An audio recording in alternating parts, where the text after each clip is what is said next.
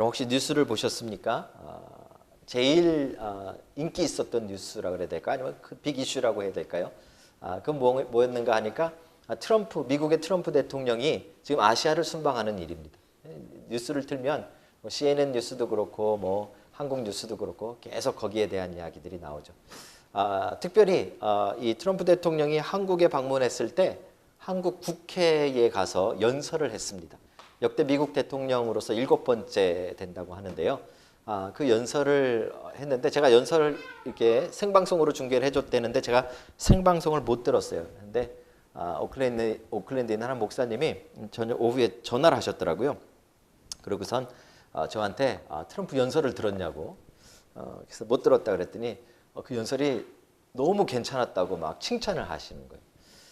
그래서 제가 뭐가 이렇게 대단했나 하고 한번 이렇게 인터넷으로 좀 서치를 해봤습니다. 사실 우리가 죄송합니다. 이런 게 방송에 나가도 되는지 모르지만 기대가 별로 없었어요. 그러니까 그분이 워낙 이렇게 뻥뻥 터트리는 충격적인 말씀을 자주 하셨기 때문에 뭐 혹시나 또 뭐 북한과 이렇게 예민한 관계에 있는 이야기를 국회 가서 뻥 터트리면 어떡하나 하고 오히려 걱정을 했는데 그런 이야기가 안 나오고 나름대로 굉장히 점잖게 이렇게 잘 연설을 했기 때문에 오히려 더 사람들의 좀 칭찬을 받지 않았나 그렇게 생각합니다. 특별히 전문가들이 이 트럼프의 연설을 조금 분석해 놓은 글을 제가 읽었는데요. 내용은 심플합니다. 내용은 발전한 대한민국, 남한의 아주 엄청난 발전을 칭찬하고 반대로 북한의 그 어려운 실상, 북한의 어려운 상황들을 비교해서 계속 이야기하는 것이 연설의 대부분의 내용 중에 하나였습니다. 그런데 중요한 것은 북한을 비판할 때 그냥 뭐 핵 문제가 어떻다는 등 이런 감정적인 비판을 한 것이 아니라 전문가들이 가장 높게 평가한 이유는 무엇인가 하면 북한의 체제와 인권에 관한 부분들을 비판했다는 것이죠. 이것이 굉장한 그 포인트가 됐습니다. 그래서 대부분 많은 전문가들이 이번에 트럼프 대통령이 한국에 와서 국회에서 한 연설을 굉장히 아주 칭찬하고 높게 평가한 것은 뭐 여러 가지 내용이 있겠지만 그 중에서 특별히 이 북한의 뭐 핵 문제, 전쟁 뭐 이런 거 이전에 그 체제 자체가 얼마나 잘못되어 있는가, 그 체제가 얼마나 인간의 권리인 인권을 힘들게 하고 있는가에 대해서 잘 발표하고 표현했다, 비판했다라는 것이 이번 연설의 아주 큰 장점이고 좋은 평가를 받은 핵심이었던 것 같습니다. 이 연설이 있고 인권 여러분 다 아시죠? 인권을 제가 사전을 찾아보니까 이렇게 나왔어요. 인간이 인간답게 존재하기 위한 보편적인 권리. 우리 인간이 인간답게 살기 위해서 우리가 찾아야 될 권리, 이걸 인권이라고 이야기하는데 그것이 이제 북한에는 많이 이렇게 억압받고 무너져 있다 이런 이야기죠. 그렇죠? 그 트럼프의 연설이 있고 한 이틀인가 지났던 것 같습니다. 이 독일에서 독일 헌법재판소, 각 나라마다 헌법재판소가 있는데 독일 헌법재판소도 인권에 관한 발표를 하나 했습니다. 판결을 하나 내렸는데 이번에 독일 헌법재판소가 무엇을 판결을 내렸는가 하면 인간을 남자와 여자로만 설명하는 것은 위헌이다, 잘못됐다라는 판단을 내렸습니다. 그래서 이제 독일은 이제 이게 이제 실행이 돼야 될 텐데 이제 헌법재판소에서 결정을 내린 겁니다.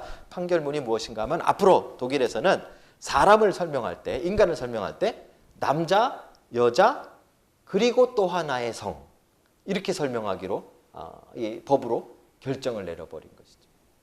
인권에 대한 문제라고 나온 것입니다. 그러니까 어떤 면에서 보면요, 인권이라는 이야기가 이제는 뭐 정치나 아니면 사회 무슨 현상 이런 것만 따지는 것이 아니라 모든 사람들에게 굉장히 중요한 단어가 되어져 버렸어요. 보통 사람들도 인권이라는 말에 굉장히 예민하고 또 거기 굉장히 신경을 많이 씁니다. 그런데 어떤 면에서 보면 이 인권이라는 말이 굉장히 중요하기도 하지만 또 인권이라는 말이 굉장히 위험해진 상황이기도 하다는 것이죠. 그렇죠? 우리가 볼 때 인권을 찾는다라는 말을 쓸 때 이것을 이제 여기저기 많이 사용하다 보니까 때로는 굉장히 위험한 이 진짜 인권이 위험해지는 그런 상황까지 되어져 가고 있다라는 것입니다. 혼돈의 시대입니다. 인권이 얼마나 이제 복잡하게 되었는가 하는 것이죠.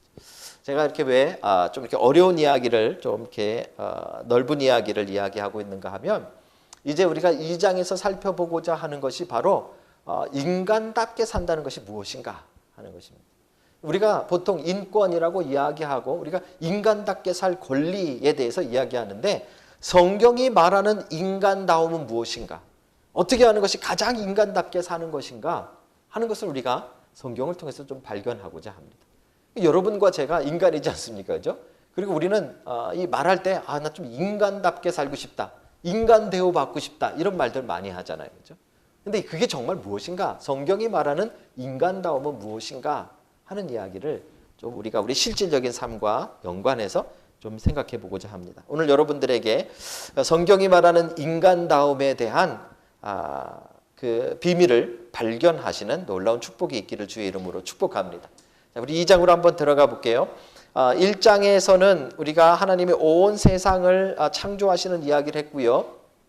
굉장히 체계적이었습니다. 첫째 날, 둘째 날, 셋째 날에 하나님이 만드신 것에 이제 넷째 날, 다섯째 날, 여섯째 날은 각각의 주인공으로 살아갈 수 있는 존재들을 만드셨다. 이런 좀 체계적인 이야기를 했습니다. 그리고 그 모든 것을 마무리 지시면서 만들었던 존재가 인간입니다. 그래서 1장 마무리가 무엇인가 하면 하나님께서 남자와 여자를 창조하시니라 이렇게 나오고 그 남자와 여자에게 인간에게 그 모든 것들을 누릴 수 있는 축복을 행하시는 장면이 1장의 마무리였습니다. 근데 놀랍게도 오늘 2장을 딱 펴보시면 2장에서 안식일에 대한 이야기가 지나자마자 이제 다시 인간에 대한 창조 이야기가 등장합니다. 이게 좀 이제 헷갈려지는 겁니다. 그래서 어떤 이단에서는 뭐라고 이야기하는가 하면 하나님께서 인간을 2번 창조했다라고 말합니다. 2종류의 인간이 있다 이렇게 말해요. 이단입니다. 제가 말하는 게 아니라 가끔 이렇게 주무시다가 꼭 그 부분에만 딱 깨서 그 부분만 가지고 이렇게 따르게 얘기하시는 분들이 계셔서 다시 말씀드리는데 이단들이 그렇게 말한다는 말이에요. 그렇죠? 하나님이 인간을 2종류를 창조하신 게 아니에요. 그렇죠? 인간은 딱 한 종류, 아담을 창조하십니다. 아담과 이브를 창조하시는데 1장에서는 전체 창조 기사의 결론적으로 인간의 창조를 말씀하시고 이제 2장에 와서는 그 인간에 대해서 조금 더 구체적으로 인간이 도대체 어떤 존재인지 하나님 앞에서 인간이 어떤 의미가 있는지를 2장에서 구체적으로 설명하시는 겁니다. 반복되는 것이지 또 다른 인간을 만드는 것이 아니다 하는 것을 여러분 생각하시고 이제 2장에 들어가셔야 됩니다. 자, 인간에게 어떤 일을 하셨는가 하면 구체적으로 하나님이 에덴 동산이라는 것을 만드시고 창설하셨다 이렇게 말해요. 그죠? 에덴 동산이라는 말 뜻인데요. 에덴이라는 말은 아마도 여러 가지 의견들이 있습니다만 대부분 동의하는 의견은 기쁨, 즐거움 이런 뜻인 것 같아요. 에덴은 기쁨, 즐거움 이런 뜻이고요. 동산은 우리가 말하는 이런 언덕을 말하는 것이 아니라 울타리를 치다 또는 보호하다 이런 의미예요. 그러니까 에덴 동산이라는 말은 하나님께서 어떤 특별한 장소에 우리 인간이 기쁨과 즐거움을 누리며 행복을 누릴 수 있도록 하나님의 보호와 울타리 안에 두셨다 이런 말이죠. 그래서 에덴 동산이라는 말이 굉장히 중요합니다. 에덴 동산에 하나님이 인간을 그 사람을 두시고 이렇게 설명하는 거죠. 이게 이제 인간에 대한 구체적인 설명이 등장하는 내용들인데요. 그런데 그 다음이 중요합니다. 거기에 그냥 내버려 두시고 만 것이 아니라 15절에 보시면 거기에 두시고 거기에 뭐라고 말했는가 하면 경작하고 지키게 하셨다 이렇게 말하죠. 그렇죠? 이제 뭐 이렇게까지 우리가 깊게 이렇게 생각하지 않으셔도 괜찮은데 이제 조금 원어적으로 보시면 이게 전치사구라는 겁니다. 영어 시간에 여러분 많이 들어보셨을 텐데 어른들은 그 for라는 전치사 뭐뭐를 위하여라는 이 전치사에 달려 있는 부분입니다. 그러니까 그런 의미를 가지고 원어를 그대로 해석하면 어떻게 되는가 하면 하나님께서 에덴 동산을 경작하고 지키게 하기 위하여 그 사람을 두셨다 이런 표현입니다. 여러분 조금 의미가 달라지는 겁니다. 뭐가 강조되는가 하면 하나님이 인간을 그냥 에덴 동산에 내버려 두시고 그냥 마음껏 살라 그런 것이 아니라 하나님이 인간을 만드신 목적이 있다 이 말입니다. 목적이 있다. 진화론에서는 인간의 목적이 존재하지 않습니다. 우연히 변화의 과정을 통해서 인간이 만들어졌기 때문에 인간의 존재는 그냥 물질적인 것일 수밖에 없습니다. 그런데 창조론에서는 특별히 오늘 2장에서는 창세기에서는 하나님께서 에덴 동산이라는 특별한 곳을 만드시고 거기에 사람을 두셨는데 그냥 내버려 두신 것이 아니라 어떤 목적을 위하여 두셨다 이런 말이에요. 그렇죠? 경작하고 지키는 목적을 위해서 하나님이 거기에 두셨다. 우리가 무엇을 생각해야 되는가 하냐면요. 인간의 존재는 이제 하나님 앞에서 그냥 우연히 생겨난 사람이 아무도 없다는 말이에요. 지난주인가요? 제가 이렇게 우리는 누가 만들었을까요? 그랬더니 우리 누구예요? 우리 지섭이가 아니라 뭐죠? 규섭이. 규섭이가 얘가 규섭인가요? 규섭이가 제 귓속말로 뭐라 그러냐면 엄마 아빠가 만들었어요. 이런. 엄마 아빠가 만들었어요. 그렇죠? 우리는 어떻게 생각하는가 하면 그냥 엄마 아빠가 어떻게 이렇게 실수해서 그냥 내가 나왔다 이런 생각들을 많이 하시는 경우가 있어요. 그렇죠? 원래는 안 날라 그랬는데 어떻게 하다 보니까 내가 나왔다. 성경 그렇게 말하고 있지 않습니다. 모든 인간이 하나님의 특별한 목적을 위해 존재한다 이렇게 말하고 있는 거예요. 그렇죠? 특별히 오늘 본문에 보면 지키게 하다라는 말 앞에 경작하게라는 말이 나오는데 여러분 혹시 옛날의 성경을 좀 자세히 읽어보신 분들은 우리가 가진 성경이 개역 개정 성경인데 이게 지금 4판입니다. 그죠? 1판, 2판 옛날 성경을 보시면 그 경작하다는 말이 다스리다 이런 말로 나왔어요. 다스리고 지키게 하기 위해서 번역이 조금 바뀐 거예요. 왜냐하면 다스리다는 말을 사람들이 오해해서 자꾸 이렇게 억압하고 누르고 위에 사람 밑에 사람을 막 마음대로 하는 것을 다스린다라고 오해하기 때문에 그래요. 근데 그런 의미의 다스림이 아니라 여기서 말하는 대로 경작하다 또는 힘쓰다 또는 봉사하다 이런 뜻이에요. 그러니까 하나님이 아담을 그 에덴 동산에 두시면서 특별한 목적이 있었는데 그것은 하나님이 만드신 창조물들에 봉사하게 하기 위해서 두셨다는 것이죠. 그렇죠? 그래서 우리는 가장 인간다운 것이 무엇일까? 이것을 생각할 때 이 하나님이 우리를 에덴 동산에 두신 목적, 우리를 창조하신 목적에 대해서 생각해야 돼요. 아담이 그냥 에덴 동산에서 그냥 놀고 먹은 것이 아니라는 거죠. 오늘 19절까지 제가 넣은 이유가요. 19절에 보시면 실제로 아담이 어떤 일을 했는가를 볼 수가 있습니다. 아담이 가만히 있고 하나님은 그 앞으로 모든 동물들, 생물들이 지나가게 하시고 아담이 그것을 보면서 이름을 짓게 하시죠. 그게 뭔가요? 장명가였을까요? 여러분 잘 생각해 보시면요. 이거는 엄청난 능력이었어요. 지금은 우리가 다 어떤 것들을 알고 있는 인식을 가지고 무엇을 대하기 때문에 그 이름을 외우기만 하면 되지만 아무것도 없는데 이거를 딱 보고 이거의 그 본질을 알고 이것에 이름을 붙일 수 있는 것은요. 창조적인 능력이에요. 그렇죠? 하나님은 인간에게 하나님을 닮은 이런 창조적인 능력을 주셨어요. 물론 무에서 유를 만드는 건 아니지만 그죠? 하나님과 비슷한 창조적인 능력을 주시고 하나님이 하셔야 되는 하나님이 만든 세상을 관리하고 돌보는 그 사명을 우리에게 위임하셨다는 거죠. 그래서 우리는 다 이 세상을 향해 봉사하는 존재로 이 땅에 있는 거예요. 그게 바로 여러분과 제가 하는 일입니다. 직업이라는 거예요. 그렇죠?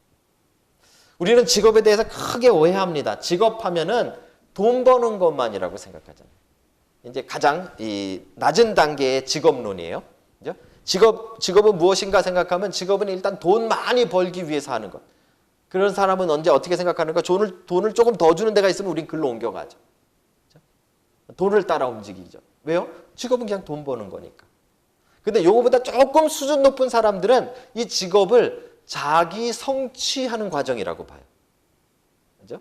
그래서 꼭 돈을 덜 주더라도 이쪽에 가면 내가 더 만족감을 누리고 내가 하고 싶은 일을 할 수 있으면 그쪽으로 가는 사람들. 이거 조금 수준 높은 직업론을 가지고 있는 거예요. 근데 그게 끝이 아니라 그거보다 더 위의 단계로 가셔야 돼요. 오늘 하나님이 뭘 어떻게 하고 있는가 하면 일을 아담에게 주시는데 이 직업은 하나님의 부르심에 따르는 거예요. 그리고 세상을 향한 봉사의 일들을 하게 하십니다. 그래서 우리는 우리의 직업을 통해서 하나님의 부르심을 찾고 우리의 직업을 통해서 세상에 봉사하고 이웃에 봉사하고 다른 이들을 섬기는 일들을 하는 거예요. 이게 사실은 굉장히 수준 높은 직업론입니다. 종교개혁을 일으켰던 루터는 이제 이 부분을 아주 잘 설명해 가는데요. 그가 쓴 글에 보면 이런 표현이 있습니다. 그러므로 한 여종이 주인의 명령과 직무에 따라 마구간에 똥을 치우고 있다면 그것이야말로 천국으로 가는 직선로를 제대로 찾은 것이다. 무슨 말인지 아세요, 여러분? 우리가 볼 때는 그 당시에 루터 시대에 가장 형편없는 일을 하는 사람들이 여자 종 가운데 그냥 마구간에서 말똥 치우는 사람이었죠. 그런데 그가 자기가 뭘 해야 되는지를 분명하게 알고 자기 주인이 뭘 요구하는지를 분명하게 알고 그것을 행하고 있다면 그것은 천국으로 가는 직선길이다. 이렇게 말하고 있는 거죠. 아주 놀라운 표현입니다. 대신에 반대로 자기 직무가 무엇인지 자기가 할 일이 무엇인지 알지 못하는 성자나 교회당으로 가는 이들은 천국이 아니라 지옥으로 직진하는 자들이다. 아무리 교회의 목사고 아무리 교회를 위해서 뭘 하고 아무리 성경책을 들고 뭘 하는 것 같아도 자기의 소명이 없고 자기가 무엇을 하고 어디로 가고 있는지 알지 못하다면 그 사람은 지옥으로 가는 것과 똑같다. 이렇게 말합니다. 이게 바로 그 유명한 루터의 그 직업 소명론이라는 것입니다. 모든 직업은 하나님의 부르심에 있다라는 것이죠. 그 당시에는 목사나 그러니까 그 당시에는 이제 신부였죠, 그죠? 이 사제들이나 이런 특별한 사람들만 하나님의 부르심이 있고 일반 직업은 그것이 없다라고 생각할 때 루터는 성경대로 보니까 그게 아니라는 걸 깨달은 거예요. 모든 직업은 하나님의 부르심이 있다라고 말한 거죠. 그래서 루터는 어떤 결론을 내리는가 하면 일과 직업은 자신을 위한 것이 아니라 하나님의 명령에 따라 이웃을 위한 사랑의 실천의 장이다. 제가 여러분 왜 이렇게 좀 이렇게 강력하게 이야기하고 있는가 하면 정말 인간다운 모습은 무엇인가 하면 자기 먹고 살려고 그냥 그 돈에 매여가지고 그냥 아둥바둥 살아가는 그 모습이 아니라는 거예요. 어떻게 보면 하나님의 부르심이 무엇인가, 하나님이 나에게 어떤 일을 맡겼는가, 내가 그 일을 통해서 이 세상에 어떤 봉사를 하고 이 세상에 이 인류에 어떤 일을 할 수 있는가를 꿈꾸고 생각하는 것이 가장 인간다운 모습이라고 오늘 성경이 말해줍니다. 아담은요 에덴 동산에 그냥 놔둔 게 아니라는 거예요. 여러분과 제가 생각하는 인간다움과는 좀 차이가 많이 있습니다. 저도 생각할 때 뭐가 가장 인간다울까? 이렇게 복잡하고 스트레스 받는 목회 잠깐 접어두고 하와이나 뭐 피지 이런 데 딱 가가지고 그죠? 바닷가에 이렇게 쭉 누워가지고 이 파라솔 놓고 이 음료수에 이렇게 이 우산 같은 거 이렇게 달린 거 있죠? 빨대 달린 거. 그거 마시다가 일어나서 너 수영도 한번 하고 또 마시고 한숨 자기도 하고 일어났다가 바닷가에 막 해지는데 막 그 우리 집사람이랑 쫙 걸어가고 야 이게 인간다운 거 아닐까 이렇게 생각하잖아요. 근데 성경은요. 그게 인간다운 것이 아니라 하나님이 맡겨주신 그 일을 향해서 그 일이 무엇인지를 찾아내고 그것을 통해서 이웃과 세상에 힘쓰고 봉사하는 것이 가장 인간다운 것이라고. 사랑하는 성도 여러분, 이것은 단순히 여러분들이 하는 일이 돈을 얼마나 버느냐에 대한 문제가 아니라는 사실을 우리는 깨달아야 됩니다. 그것이 돈이 벌리든 안 벌리든 하나님은 여러분과 제가 이 세상을 향해 일하기를 원하십니다. 그렇죠?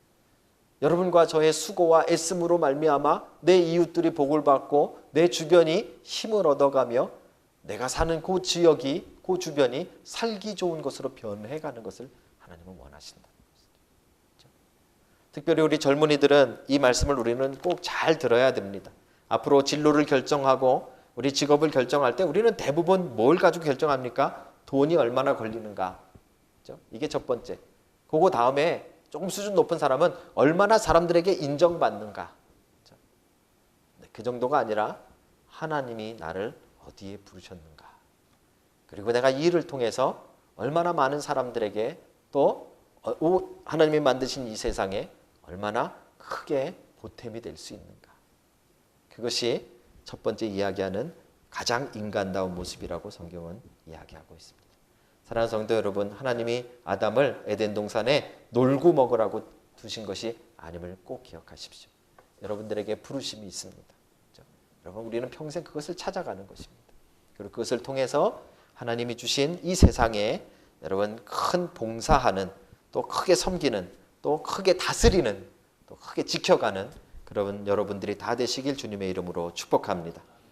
두 번째 인간다운 모습 또 하나가 등장하는데요. 자꾸 제가 이 원어를 말씀드려서 조금 죄송합니다. 뭐 우리 그렇게 중요한 파트는 아니지만 이미 벌써 학자들이 많이 번역을 해놨기 때문에 그렇게 중요한 파트는 아니지만 원어를 생각해 볼 때 조금 뭔가 달라지는 부분들이 있어서 좀 이렇게 특별히 창세기에서 조금 말씀을 많이 드립니다.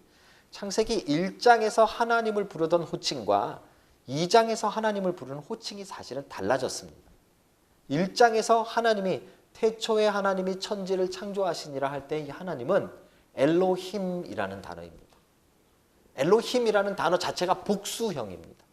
그것은 그 당시에 이 고대 사람들이 생각할 때 이런 겁니다. 나는 간다 이 말보다 우리가 간다, 어차피 내가 혼자 가지만 우리가 간다라고 표현하면 이것이 더 권위 있고 능력 있는 말이라고 생각을 했습니다.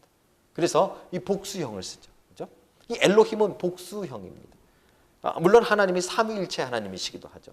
그래서 1장에서 이 엘로힘이라는 단어를 쓴 것은 이제 하나님의 권능, 하나님이 세상을 창조하시는 이 특별한 능력을 강조하기 위해서 엘로힘이라는 단어를 썼습니다.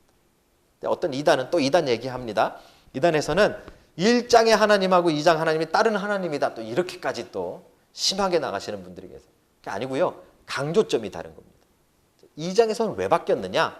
2장에서 지금 하나님을 지칭하는 단어는 여러분들이 보실 때 이 4절부터 등장하는데요. 이것이 천지가 창조될 때 하늘과 땅의 내력이니 여호와 하나님이 이렇게 돼 있죠. 그렇죠? 1장에서는 엘로힘이었고 2장에서는 야훼라는 단어로 바뀌게 됩니다. 왜 이 단어를 바꿨는가 하면 성경에 이제 여호와라는 단어, 이것도 여호와의 증인들이 먼저 가져가서 한참 쓰고 있기 때문에 오해하시면 안 됩니다. 되게 좋은 단어입니다. 그렇죠? 하나님께서 직접 자신의 이름을 밝히실 때 여호와로 밝히셨어요. 그리고 이 여호와라는 단어가 어디에 많이 등장하는가 하면 우리의 구원과 관련될 때는 하나님이 여호와라는 이름으로 호칭으로 불려지세요. 또 우리 인간과 어떤 특별한 관계를 맺어 가실 때는 이 여호와라는 이름이 더 많이 사용이 되어 있어요. 그래서 이 여호와라는 단어로 2장에 바뀌었다는 말은 무엇인가 하면 2장에서 강조하고자 하는 내용은 그냥 세상을 창조했거나 사람을 만들었다는 이야기가 아니라 이제 만든 그 사람과 어떤 관계를 가지시느냐, 어떤 릴레이션십을 만드실 것이냐가 굉장히 중요한 포인트라는 것이죠. 그 증거가 무엇인가 하면 아까 아이들과 제가 설교하였던 바로 이 선악과라는 것을 통해서 맺으시는 언약이라는 것입니다. 이 성경에 이제 최초의 첫 번째 언약이 등장합니다. 영어는 covenant라고 하는데 하나님께서 인간과 맺으시는 계약입니다. 그렇죠? 그런데 이 부분에 2장에서 나오는 언약을 행위 언약이라고 부릅니다. 왜냐하면 인간의 행위, 인간의 행동에 따라서 그 결과가 달라지는 언약이기 때문에 이걸 행위 언약 이렇게 말합니다. 여러분과 저와 하나님이 맺으신 언약은 무엇일까요? 더 이상 행위 언약을 우리하고 못 맺으십니다.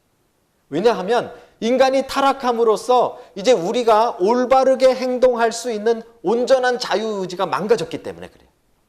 그래서 그 다음부터 나오는 하나님이 우리와 맺으시는 언약을 뭐라고 부르는가 하면 은혜 언약 이렇게 부르는 겁니다.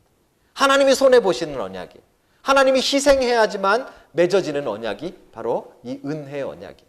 여러분과 하나님, 우리와 하나님은 이 은혜 언약으로 맺어진 거예요. 그리스도의 희생으로 말미암아. 그런데 이때는 조금 달라요. 이때는 인간이 망가지기 전이에요. 그래서 이때는 100% 인간이 이렇게 결정할 수도 있고 이렇게 결정할 수도 있는 상태였기 때문에 하나님이 특별히 행위 언약이라는 걸 맺으시는 거예요. 생각해 보세요. 많은 사람들이 이제 따집니다. 목사님 도대체 왜 그런 선악과 자체를 만드셨을까요? 이거 안 만들었으면 인간이 타락 안 했을 거 아니에요. 그죠? 우리 신앙생활을 막 시작하시면 한 일주일쯤 되신 분들이 꼭 이 질문 하세요. 도대체 왜 만들어가지고 우리를 이 모양으로 만드셨느냐? 하나님 잘못이다. 한번 잘 생각해 보셔야 돼요. 아니면 아예 사람이 하나님의 명령에 순종하지 못하도록 만들었으면 좋을 거 아니냐. 불순종하지 못하도록 만들었으면 좋을 거 아니냐. 그렇죠? 이렇게 따지시는 분들 계세요. 근데 여러분 지금 행위 언약이라는 것이 굉장히 중요하게 나오는 이유는 무엇인가 하면 바로 우리가 하나님의 말씀을 순종할 수도 있고 불순종할 수도 있는 그걸 뭐라고 불러요? 자유의지를 주셨기 때문에. 이것이 인간과 동물을 구별하는 아주 특별한 인간에게 주신 속성이었습니다. 자, 자유의지에 대해서 많이 우리 오해하십니다. 자유가 뭘까요? 우리는 자유하면 내 마음대로 하는 게 자유라고 생각해요. 내 마음대로 하고 싶은 대로 하면 자유잖아요. 그게 아니고요. 내 마음대로 할 수 있는 상태를 자유라고 그래요. 좀 어렵죠, 여러분? 내 마음대로 하는 것까지를 자유라고 하는 것이 아니라 내 마음대로 할 수 있는 상태까지를 자유라고 해요. 그 다음에 이걸 선택할 수도 있고 이걸 선택할 수도 있는 거예요. 이 강아지를 생각해 보시면 돼요. 강아지는 자기 마음대로 하잖아요. 하지 말라 그래도 하고 뭐 때리면 물론 안 합니다만 걔는 자기 하고 싶은 대로 하잖아요. 가장 자유의지가 많은 자유로운 동물이죠? 아니란 말이에요. 자기 하고 싶은 대로 한다 그래서 자유롭다라고 말하는 게 아니에요. 그렇죠? 진짜 자유로운 건 무엇인가 하면 할 수 있는데 안 하는 게 자유로운 거예요. 이게 엄청난 자유예요. 자유는 그래서 마음대로 하는 상태를 마음대로 하고 있는 것을 말하는 것이 아니라 마음대로 할 수 있는 상태를 말하는 거예요. 그렇죠? 자, 왜 이런 복잡한 자유의지를 주셨는가 하면 이 자유의지가 아니면 참된 하나님과 우리의 사랑의 관계, 친밀한 관계가 맺어질 수 없는 거예요. 옛날에는 이거 설명하기가 참 힘들었어요. 그런데 요즘은 이게 설명이 너무 쉬워요. 왜냐하면 우리 로봇을 보았거든요. 사람과 비슷해지는 인공지능 로봇을 보고 있거든요. 이 로봇들은 프로그래밍이 되어져 있어요. 내 말에 순종할 수밖에 없고 내가 시키는 대로만 할 수 있도록 만들어 놓은 로봇가 지금 가능하단 말이에요. 그렇죠? 그러면 내 말을 잘 따르고 있으니까 나를 사랑하는 거죠? 아니란 말이에요. 그건 사랑하는 게 아니래요. 이런 예화까지는 제가 안 들려고 그랬는데 우리 리건이 아빠가 어느 교회를 청년 때 어느 교회를 갔더니 그 교회에 아주 아름다운 자매가 반주를 하고 있더래요. 그 모습 보고 사랑에 빠졌어요. 그죠? 리건이 엄마 얘기하는 겁니다. 그죠? 그게 사랑에 빠진 거예요. 근데 여러분 잘 생각해 보세요. 그때 반주하는 자매만 예뻤을까요? 주일학교 선생님 중에도 아마 예쁜 선생님이 있었을 거예요. 그죠? 또 노래 부르는 싱어 중에도 아마 예쁜 자매가 있었을 거예요. 여러 선택권이 있고 내가 누구도 선택할 수 있는 상황 가운데서 내가 이 사람이 좋은 거예요. 이걸 우리는 사랑이라고 말해요. 이 자유의지가 있어야 사랑이 되는 거예요. 영화 미저리 보셨어요? 미저리? 거기에 어떤 여자가 어떤 작가를 굉장히 좋아합니다. 사랑합니다. 그 작가를 자기 집에 가둬놓고 감금해놓고 움직이지 못하게 해놓고 자기 말만 듣게 하고 자기만 생각하게 하고 자기가 주는 음식만 먹게 하죠. 이게 사랑이죠? 아니라는 말이에요. 이 자유의지가 없잖아요. 그러면 진정한 사랑이 안 되는 거예요. 왜 이렇게 복잡하게 하나님이 이 선악과를 만들고 계약을 맺으시고 왜 자유의지를 활용해서 이 행위 언약을 따르게 하셨는가 하면 사실 그 목적은 하나님이 우리와 친밀하게 지내기 위해서 그랬어요. 하나님이 정말 우리와 사랑하시기 위해서 그랬어요. 로봇처럼 프로그래밍 돼서 하나님의 말씀을 따르는 것이 아니라 내가 할 수도 있고 안 할 수도 있지만 내가 하나님을 사랑해서 스스로 자원해서 하나님을 찾고 하나님을 붙들고 하나님의 말씀을 따르는 그 자유의지를 발동하는 그 사랑을 원하신 거예요. 그래야 참된 친밀함이 생기는 것이죠. 그렇죠? 그래서 하나님은 이제 그렇게 세상을 만드시고 에덴 동산 가운데 인간을 두신 다음에 일만 맡기신 것이 아니라 이 언약을 맺으시는 거죠. 왜요? 하나님과의 친밀한 관계를 만들기 위해서. 가장 인간다움이라는 것은요. 그래서 우리 혼자 내 마음대로 할 수 있을 때 생기는 것이 아니라 가장 인간다운 모습이라는 건 어떤 것인가 하면 하나님께서 나를 사랑하심을 알고 내가 스스로 내가 자원해서 하나님을 사랑하는 것. 내가 스스로 내가 자원해서 하나님의 말씀을 따르는 것. 이게 가장 인간다운 모습이라고 성경이 기록하고 있는 거죠. 왜요? 그럴 때 하나님과의 친밀한 사랑의 관계가 완성되어지기 때문에 그런 것입니다. 첫 번째 인간은 그것이 가능한 상태였고요. 하나님은 그것을 위해서 오늘 선악과라는 것을 가지고 이 언약을 맺고 계시는 것입니다. 그러니까 우리가 정말 생각해야 될, 추구해야 될 자유는 내 마음대로 하는 것이 인간다운 게 아니에요. 그렇죠?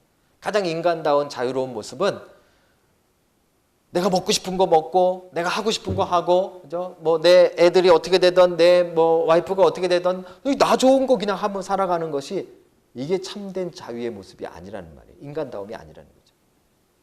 할 수 있어요. 마음대로 하실 수 있는 자유가 있어요. 하지만 내가 아내를 사랑해서, 자녀들을 사랑해서 그것을 하지 않는 자유, 이게 가장 인간다운 자유라는 거예요. 이게 가장 인간다운 모습이라는 것이죠. 하나님과의 관계에서 이것이 더욱더 그렇다는 말입니다. 벌써 한 15년, 20년 된 이야기인데요. 지금은 여러분 이제 한국에 북한을 탈출해서 살고 계시는 세터민이라고 부르기도 하고 탈북민이라고도 부르는데 그런 분들이 굉장히 많습니다. 한 해에 한참 때 2008년도, 2009년도에는 한 해 동안 한 2,900명 정도가 한국으로 들어오셨어요. 보통은 한 1,800명에서 2,000명 사이 됩니다. 그렇죠? 그래서 굉장히 이제 막 엄청난 숫자가 몇만 명이 지금 한국에서 살고 있어요. 근데 한 15년 전, 20년 전만 해도 굉장히 더 어려웠던 상황이었어요. 근데 이제 90년대 중반부터 어떤 일이 있었는가 하면 북한의 식량난이 아주 심각해집니다. 그래서 이제 사람들이 먹고 살기 위해서 그 압록강을 건너는 그런 경우들이 되게 많았어요. 제가 아는 그 청년이 지금은 결혼해서 잘 살고 있는데 청년이었는데요. 그 청년이 이 중국을 방문해서 북한과 경계가 돼 있는 그 중국을 방문했다가 그 지하교회에 갔더니 거기에 탈북해 와 있는 사람들이 너무 많은 거예요.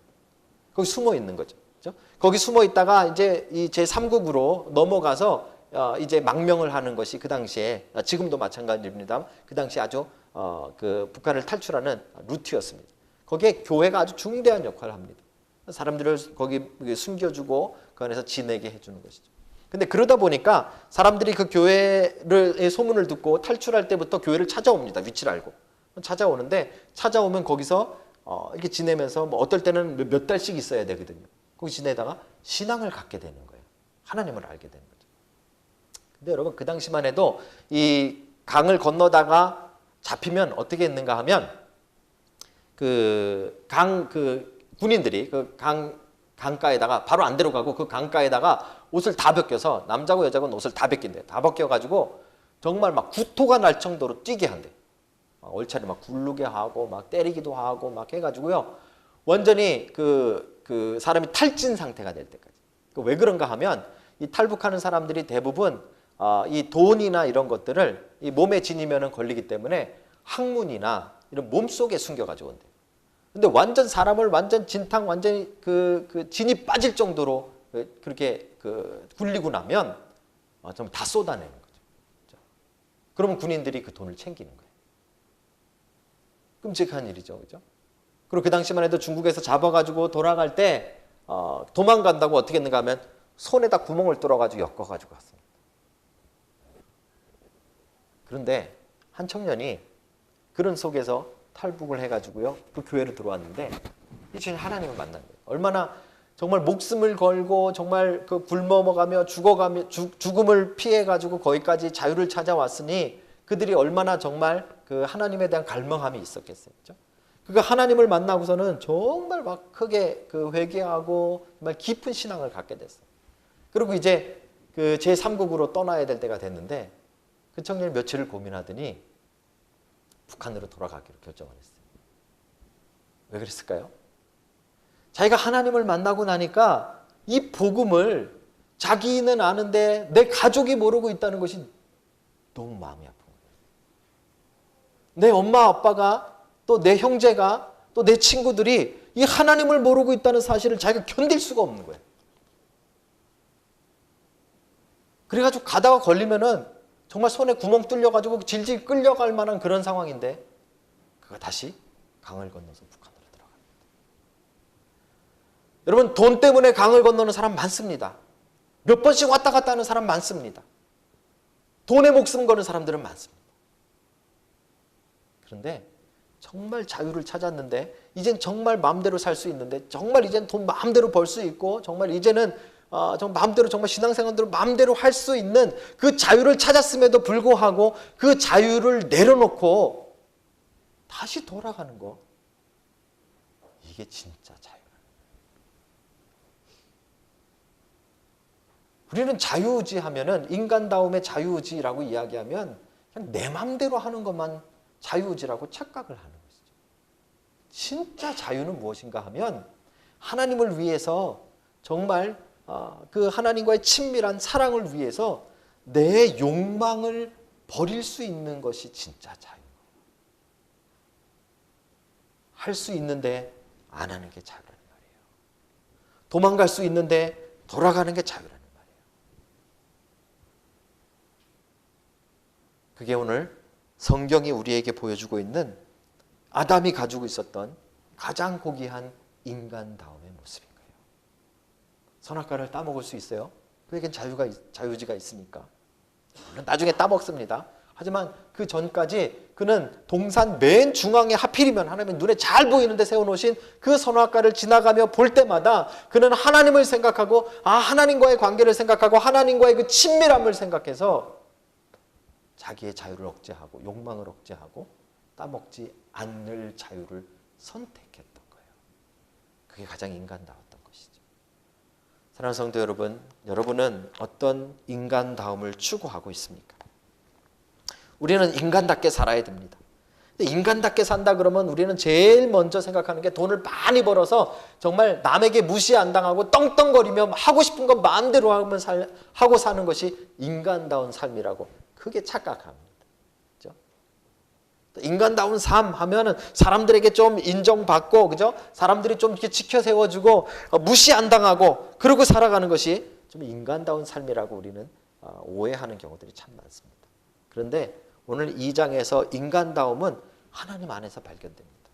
하나님이 맡겨주신 그 사명으로 부르시는 그 부르심 앞에서 우리는 인간다워지는 거예요. 이 땅 가운데 그냥 그렇게 돈을 많이 벌었기 때문에 그냥 살아가는 것이 아니라, 하나님이 맡겨놓으신 이 세상을 향해서 봉사하고 힘쓰고 애쓰는 그 삶을 살아가면서 우리는 인간다움을 발견하는 거예요. 여러분, 그 인간다움대로 살아가는 여러분 되시길 주의 이름으로 축복합니다. 여러분의 직장을 그냥 돈 버는 장소로만 오해하지 않기를 바랍니다. 그렇죠? 여러분이 하고 있는 일들을 그냥 여러분 생계를 유지하는 정도로만 생각하지 않기를 바랍니다.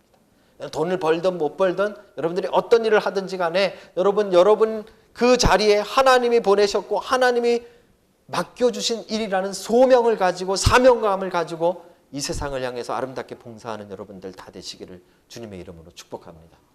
뿐만 아니라 우리의 가장 인간다움은 자유의지입니다. 우리에게 주신 이 자유의지를 가지고 내 마음껏 살아가는 것이 아니라, 그죠? 내가 하나님과 더 깊은 관계, 또 사람들을 사랑하는 관계, 이 하나님이 원하시는 모습이 되어지기 위해서 내 욕망을 포기하는 자유, 이 자유를 여러분들이 누리는 인간다운 여러분들이 되시길 주님의 이름으로 축복합니다. 오늘 창세기 2장은 하나님이 만드신 이 아담을 통해서 최초의 인간이 어떤 모습이었는지, 어떤 것이 인간다운 모습인지를 우리에게 보여주고 있습니다. 여러분과 제 삶 속에, 직장을 통해서, 또 여러분들의 매일매일 여러분들의 선택을 통해서 이 인간다움이 온전히 성숙해가는 그런 은혜가 있기를 주님의 이름으로 다시 한번 축복합니다. 기도하시겠습니다.